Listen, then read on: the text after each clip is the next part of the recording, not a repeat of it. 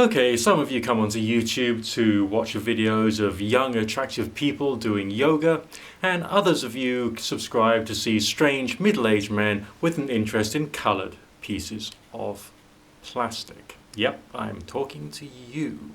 So I did a video earlier on which I spoke about placing these coloured sheets, which are gels which you would use in theatre to cover the lights to create some kind of emotional effects upon the stage setting, because as we all know from people who've even seen something as simple as pantomime, sometimes it can be much more emotionally evocative even than TV or going to the cinema.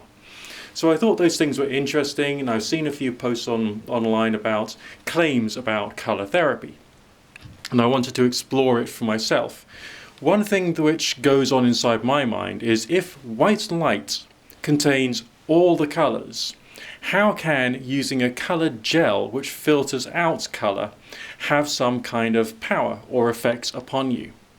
And I came to a conclusion, and that is that white light itself contains an awful lot more information or potential for information, and it's reducing the extraneous stuff, which means you get much more of an effect, whether it is an emotional effect, a mild brain chemistry effect, because if you got a change in your mood as a result of lighting, then that would make some sense, hypothetically, to correlate with some kind of change of brain wave and brain chemistry.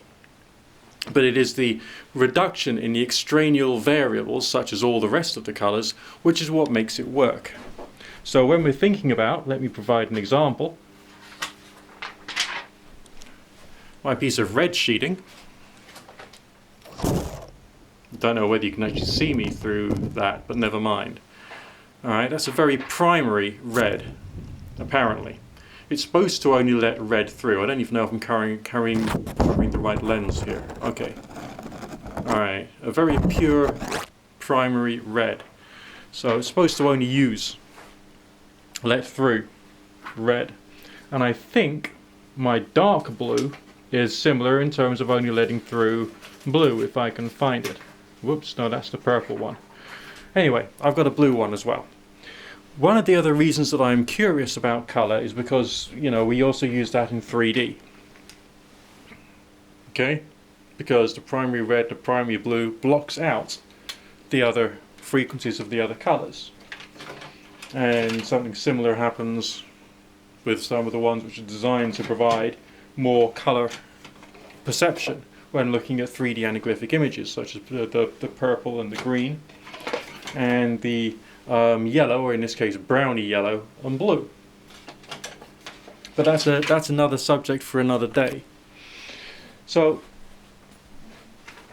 if it is true that colour has an effect upon the mind, it must be due to the restriction of the quantity of information which comes from the white light. I mean, something which is green isn't actually green, is it?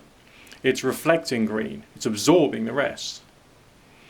And a blue filter is not a blue filter. It's something which reflects or absorbs. No, it'll reflect blue when light is shining on it. Okay? It will let blue through it. Okay? But it's absorbing everything else.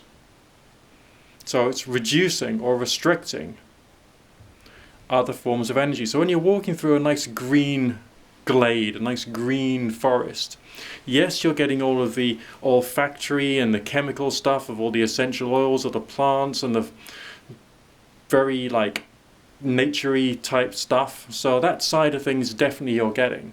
But you're also getting green reflected light, because so many other colours are being absorbed. So maybe that's part of the power of why being in green woodland is quite so good for you.